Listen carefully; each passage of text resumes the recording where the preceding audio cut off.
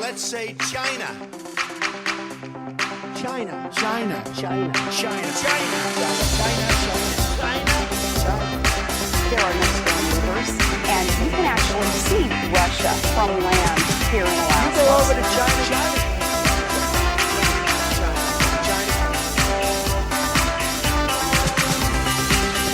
I did not have sexual relations with that woman.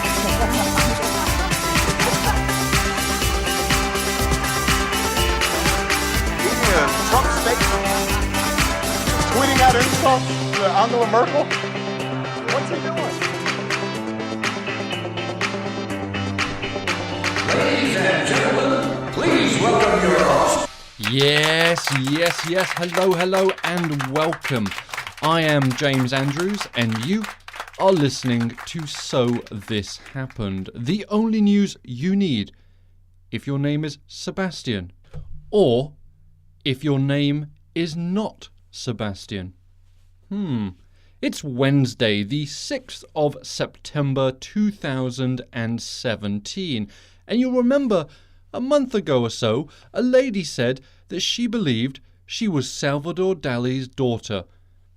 Mr. Dali was exhumed from the grave where his mustache was still perfectly intact, earning it a coveted, spectacular mustache rating from So This Happened.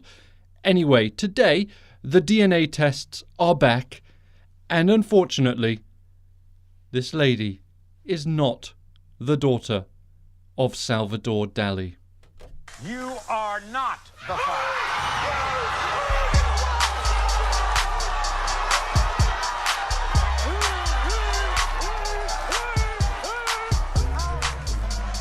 And the Salvador Dali estate rejoices, I am sure.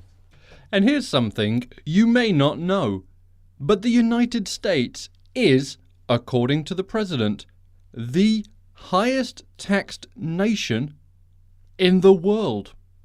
True story. President Trump today tweeted, "We'll be going to North Dakota today to discuss tax reform and tax cuts. We are the highest taxed nation in the world. That will change." Unfortunately for Donald Trump, and not surprisingly to pretty much everybody else, it's a complete and utter lie. There are in fact quite a few countries that have a much higher tax rate than the US. Are you ready for it? Okay, here we go. Japan, Mexico, the Ivory Coast, Austria, Ukraine, Sri Lanka, Belgium, Costa Rica, Spain, India, Tunisia, Benin, Gambia, Chad, China, or China, as our president likes to call it, Italy, Venezuela, Nicaragua, France, Guinea, Brazil, Mauritania, Algeria, Colombia, Kazakhstan, Bolivia, and Argentina. So, to say that we're the highest taxed country in the world is, well, I think a little bit of a stretch is a kind way to say it. And now, unfortunately, it is time for me to name and shame a company I have done a lot of business with in the last few years. A company I always thought was fantastic, but unfortunately today they have let me down, and that is Amazon. With Hurricane Irma on the horizon heading towards Florida, the water in the stores in Florida is becoming very scarce. Everybody has been buying up bottled water. Amazon sell bottled water. What Amazon have done is jack the prices up of the bottled water to a absolutely preposterous level. For example, one 24-pack of Ice Mountain bottled water is on sale for $99.99. And that's the highest priced one, but every single package of bottled water on Amazon has jacked up the prices in the last day. Fiji water, which, by the way, you shouldn't buy, and Google why not, because they do some terrible things to the people that actually live in Fiji, where this water comes from. So not a great water to drink, so don't boycott that one. That's a good one to put on your boycott list. Anyway, a 24-pack of water from them is $23.99. Dasani, 24 bottles for $22.20. And then Glacier Smart Water, vapor distilled, a pack of 6 is going for $18. And this is the kind of thing when there are people who are going to be desperately in need of these things. It is so wrong for companies to jack the prices up so high on these things. It should be criminal. It's not, but it should be. And anyway, I am naming and shaming Amazon. Shame on you, Amazon.com. Having said that, I'm probably still going to order stuff from them because I can get it cheaper another way. But today, shame on you, Amazon.com. And to be entirely fair to Amazon, the prices that I just mentioned were from third-party vendors who sell on Amazon. Now, Amazon has been reached out to for a comment, and as of right now, they haven't made a comment. And they still have a chance to make this good. So hopefully they do. And now let's turn to Hurricane Irma. It seems like just yesterday, well, just last week, we were talking about Hurricane Harvey, which is still causing massive problems in Texas. But now we have this new one on the horizon. Now, Hurricane Irma has made landfall on some Caribbean islands today, and the photographs coming out of there are incredible. The damage is staggering, and we just send as many good vibes as we possibly can to everybody who's out there on the islands who, you're stuck on an island. It's not like you can jump in your car and drive up to North Carolina. You're on an island. You're kind of fucked. So lots and lots of good vibes to everyone out there. Now, this hurricane is predicted to make landfall in Florida, in the US. And the Florida governor has warned that this is going to be bigger than Hurricane Andrew. Now, Hurricane Andrew, for those of you who weren't born, happened in '92, and it was absolutely devastating. Well, Hurricane Irma is bigger than that. So we are looking at a potentially catastrophic event when it makes landfall in the US. Already in a number of counties in Florida, mandatory evacuations have been ordered, and people are told to get the hell out. People are also being advised to stock up on bread and water. Not from Amazon, okay? Go somewhere else. Don't go to Amazon.com for your water. Go somewhere else. And the exact path of Irma is still somewhat unknown.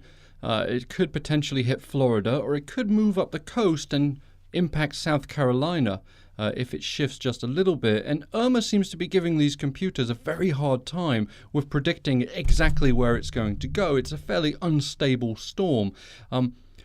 I do actually just want to make note of one fact that I've read, that the European forecasts are generally considered to be more accurate than the United States forecasts. And I'm not reading anything into that whatsoever. I'm just throwing that out as a fact that the Europeans are generally more accurate than the Americans. Because that's essentially what it's saying there, is that Europeans are more accurate than Americans, I think. That's what I believe. But European intelligence aside, it's going to be a few days before we see what devastation has been caused in the Caribbean. And we can only hope that it's not as bad as it looks like it's going to be.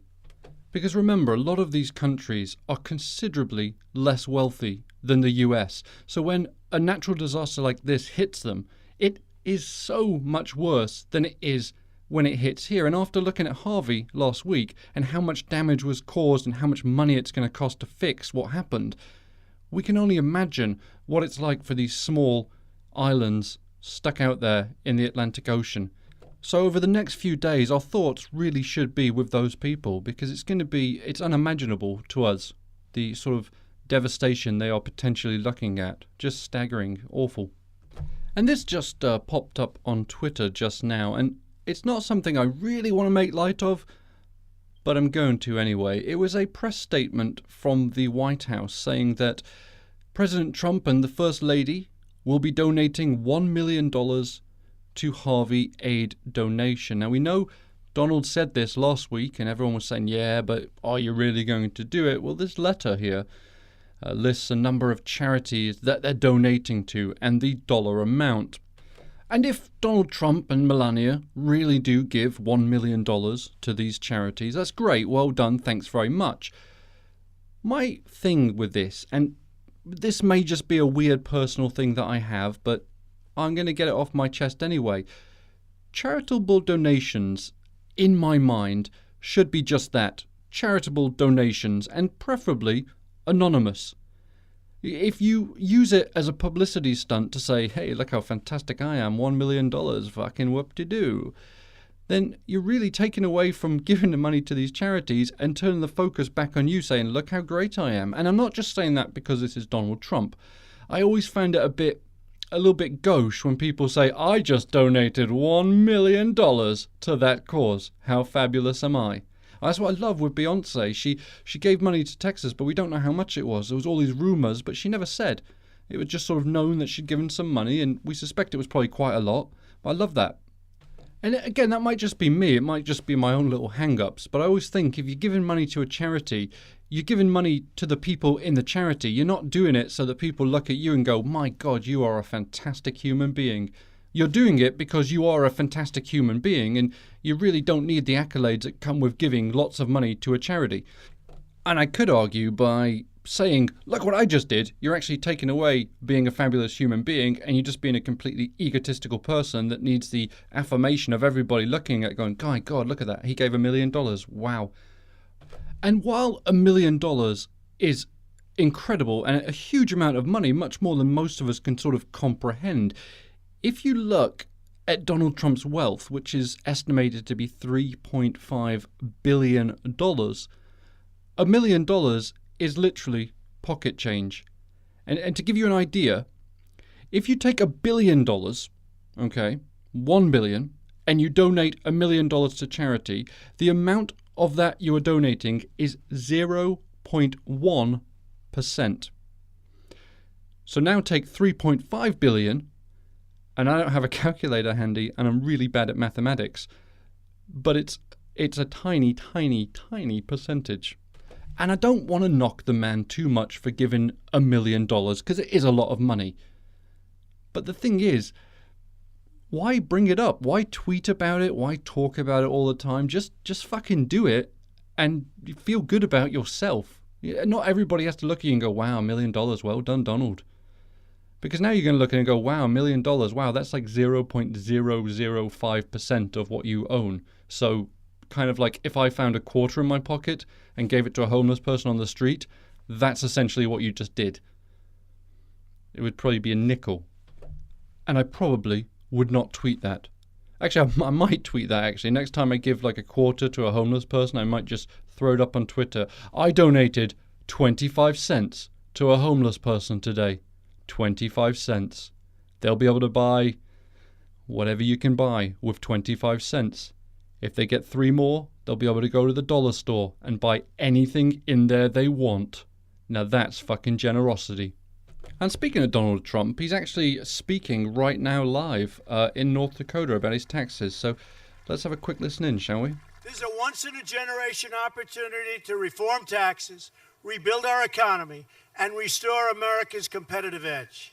History has proven time and time again that there is no power on earth more awesome and unstoppable than the will of the American people. You saw that on November 8th, believe me. You saw that on November 8th.